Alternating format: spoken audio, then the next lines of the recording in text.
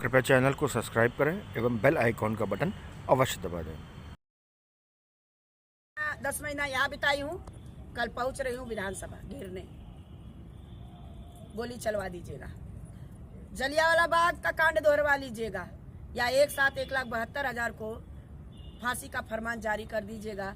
राष्ट्रपति जी से लिखवा करके ऑर्डर करा दीजिएगा। एक सेकेंड, क्योंकि सारे आपके ए से जेड तक उसी भाव में पले बढ़े हैं। क्योंकि उन्होंने सच का एक भी टुकड़ा अगर अपनाया होता तो पेट की रोटी की आग 2 साल से वो लौ न धधकती जिस लौ में 1,000 से ज्यादा लाशें उड़ गई। और आज भी भुखमरी के कगार पे शिक्षा मित्र परिवार खड़ा है। विचार करिएगा, कल आपका सामना, आपका इंतजार विनम्र भाव से करूंगी मैं, और नहीं तो कल के बाद तो मैं कह चुकी हूं जो वो मैं करूंगी, बाकी मर्जी आपकी। भाई बहनों से अपील कि आप लोग बिना कुछ सोचे समझे गौ माता को लेते हुए निकलिए और विधानसभा पहुंचिए, हजरतगंज पहुंचिए। और बहनों से अपील करूंगी, आप अपना एल्युमिनियम की थाली, कलछी, चिमटा, बेलन और सड़ासी लेके निकलिएगा। जहां भी बैठिएगा वहां नुक्कड़ नाटक कर लीजिएगा। और आप जहां भी रहेंगे अपने अध्यापक का गरिमा का परिचय देंगे, शांतिपूर्वक ढंग से धरती पकड़ बनेंगे। सरकारी संपत्ति का बिल्कुल नुकसान मत करिएगा, क्योंकि सरकारी संपत्ति सरकार की किसी सरकार की नहीं है। हमारे आपके टैक्स के पैसे से सरकारी संपत्ति बनाई जाती है, तो अपने पैसे को समझिए, उसकी कीमत आगे बरकरार रखते हुए आप किसी सरकारी संपत्ति को हाथ नहीं लगाएंगे। क्योंकि जो सरकार कहती है कि हमने ये बनाया है, तो पहले जनता से टैक्स लेती है, उस टैक्स से उस चीज को बनवाती है। तो विचार करिए, हम आप टैक्स कटवाए हैं, हमारे आपके पैसे से बना हुआ है, उस चीज का नुकसान मत होने दीजिएगा। अध्यापक हैं, अपने अध्यापक के गरिमा का परिचय दीजिएगा और डटिएगा विधानसभा पे, और धरती पकड़ बन के बैठ जाइएगा।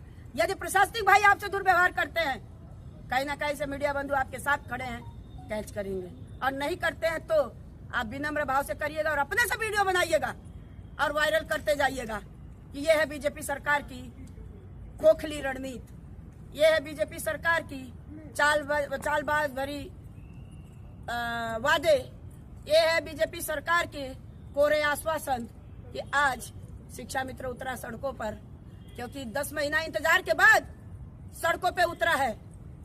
और बीजेपी सरकार मात्र 2 दिन किसी बीजेपी के योद्धा को बंद करके उसका नजारा प्रैक्टिकल कर ले, अपने आप इतिहास समझ में आ जाएगा।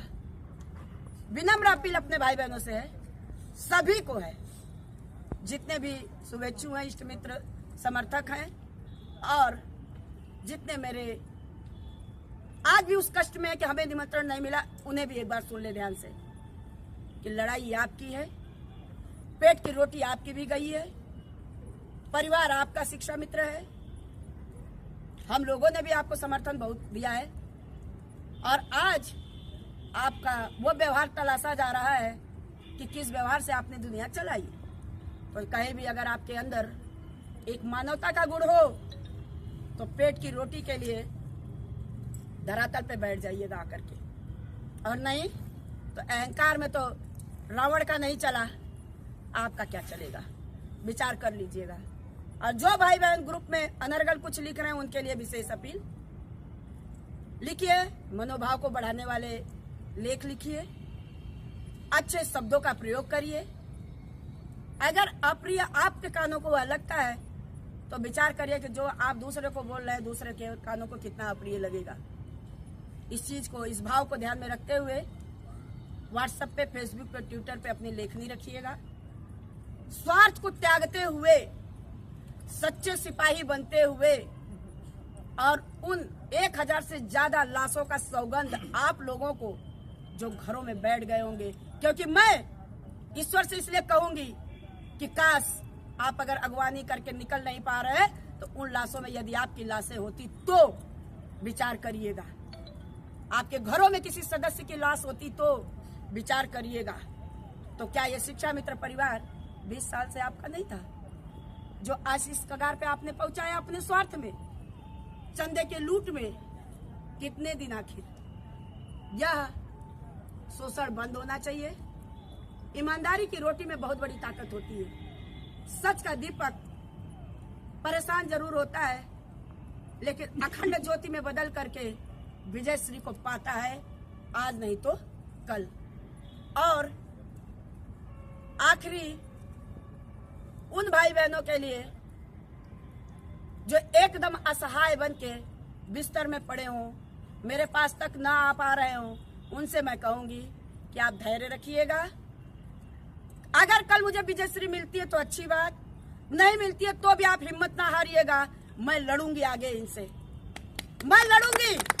आप बीमार हैं तो उस बीमारी हालत में कहीं से परेशान न होइएगा। मैं आखिरी सांस तक लड़ूंगी, आखिरी लहू का जितना कण मेरे शरीर में होगा उस दम तक लड़ूंगी आपके लिए। आवाज दो, आवाज दो, दीदी संघर्ष करो, हम तुम्हारे साथ हैं। दीदी संघर्ष करो, हम तुम्हारे साथ हैं। आवाज दो, आवाज दो। आप बीमार होंगे, मैं समझती हूँ कि आप मेरे पास खड़े हैं।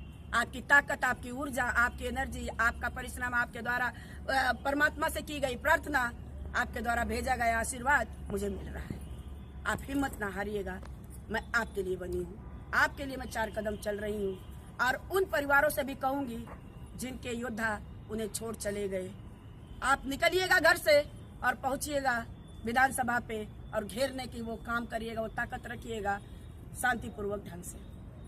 और मेरे जितने शुभेच्छु हैं, एक बार कह दूंगी फिर से कि कहीं उग्रता न दिखाइएगा, क्योंकि मेरे शालीनता का परिचय आप लोग हैं। आप लोगों ने मुझे इतना शालीन बनाया कि मैं बीजेपी सरकार से आज तक लड़ती रही शालीनता से, क्योंकि आपके शालीनता से मुझे शालीनता मिलती है, आपके ताकत से मुझे ताकत मिलती है और आपके वाणी से मुझे ऊर्जा मिलती है। इस चीज को ध्यान देते हुए आप आकर के मेरे कदमों से 4 कदम आप आगे बढ़ के मेरे गौरव और मान और सम्मान को आप स्वयं बढ़ाइएगा।